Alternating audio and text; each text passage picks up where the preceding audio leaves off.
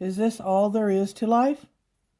Author Ray C. Stedman answers from Ecclesiastes, copyright 1999. The search for meaning.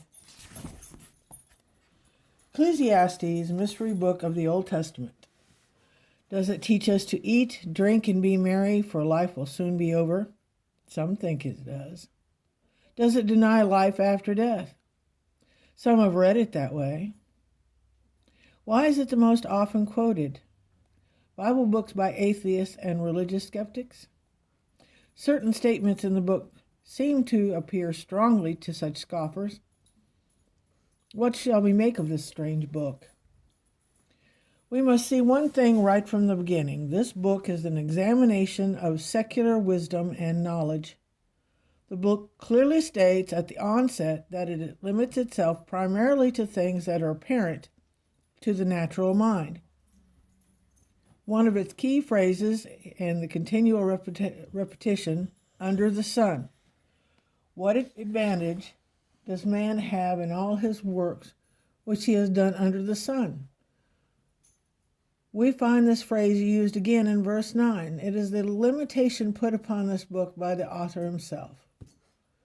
Ecclesiastes, then, in summation of what a man is able to discern under the sun, that is, in the visible world. The book does consider revelation that comes from beyond man's powers of observation and reason, but only as a contrast to what the natural mind observes. It is an inspired and accurate book. It guarantees that what it reports is what actually people believe, even as it makes a searching examination of those beliefs. The book is not merely a collection of ancient philosophies, for which it talks about it is very much relevant and up to date. Here is what you will hear in soap operas and political speeches and in radical or conservative movements of our day. Here is what you will hear both in the halls of academia and on the streets of any city. The first 3 verses introduce the theme of the book. The words of the preacher, the son of David, king in Jerusalem. Vanity of vanities, says preacher. Vanity of vanities, all is vanity. What advantage does man have in all his work which he does under the sun? First, we learn that the writer is the preacher, son of David, king in Jerusalem. We immediately recognize that this could refer to no one other than King Solomon. While the son of David could indicate any descendant of David who sat on the throne after him, this particularly describes Solomon, as several things in the book will confirm. Many of today's critical commentators question Solomonic authorship. Very few, in fact, accept it. They date the book after the Babylonian exile, some 500 years after Solomon died. They do this almost habitually. But their views, based, as they think, upon an examination of the culture of the day, have been proved wrong again and again. Let us, however, begin by accepting that it is indeed Solomon who gives to us in this book of the wisdom that God taught him throughout his life. The translator unfortunately refers to Solomon as the preacher. I am sorry they use that term. I know the book sounds a bit preachy, especially at the beginning.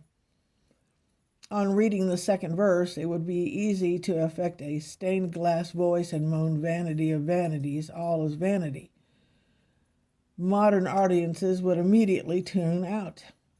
The word for preacher in the Hebrew word, koleseh, which means one who gathers, assembles, or collects. I will not guarantee that pronunciation because I haven't a clue. This is an apt title for the author of this book, who has examined and then collected the philosophies by which men live. The English title, Ecclesiastes, comes from the Greek ecclesia, or assembly. But perhaps a more helpful English translation would be the searcher.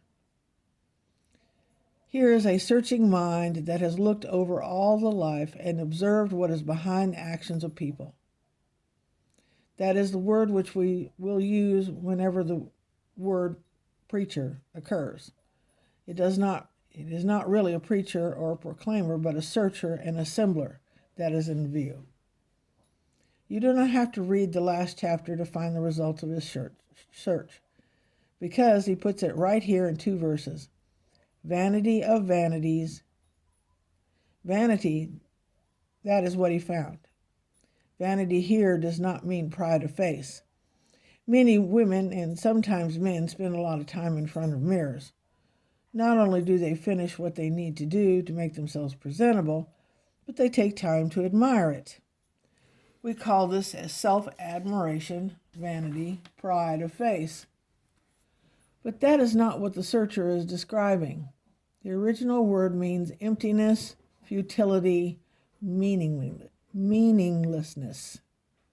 That is what he found. He put his view of what he discovered in those terms. Emptiness, a feeling of futility, that is what life brings. Nothing in and of itself, the searcher claims, will satisfy. No thing, no pleasure, no relationship. None of these has endured the value in life. Perhaps we should subtitle the study, The Things That Won't Work. Everybody is trying to make them work. Everyone has seized on one or the other of these philosophies and tried to make it satisfying. But according to the searcher who has gone through all of it, nothing will work. When he says vanity of vanities, emptiness of emptiness, this is the Hebrew way of declaring the superlative. There is nothing more empty, more futile, this man concludes, than life. In verse 3, he asks the question that he constantly asks throughout the search. What advantage does man have in all his work, which he does under the sun? How does it profit him? After we have sucked dry all the immediate delight, joy, or pleasure of something, what is left over? What endures? What will remain to continually feed the hunger of our lives for satisfaction? This is the right question to ask. It is a question we all are asking. Is there anything that will minister continually to my need? That summum bonum, the highest good which, if I find it, I do not need to look any further. Is there a key to continual pleasure, to delight and joy in life?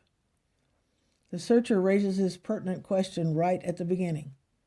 It defines the search on which this book will take us.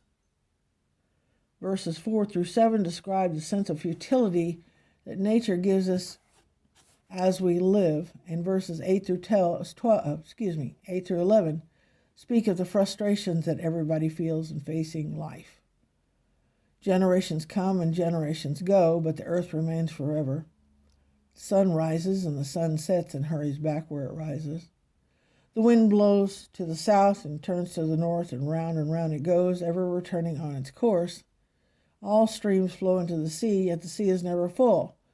To the place that streams come from, there they return again. Here are the endless cycles of life. The searcher states his theme in verse 4. Humanity is transient, but nature is permanent. A generation goes and a generation comes. Human beings come to life, live their term, and go on, but the earth remains forever.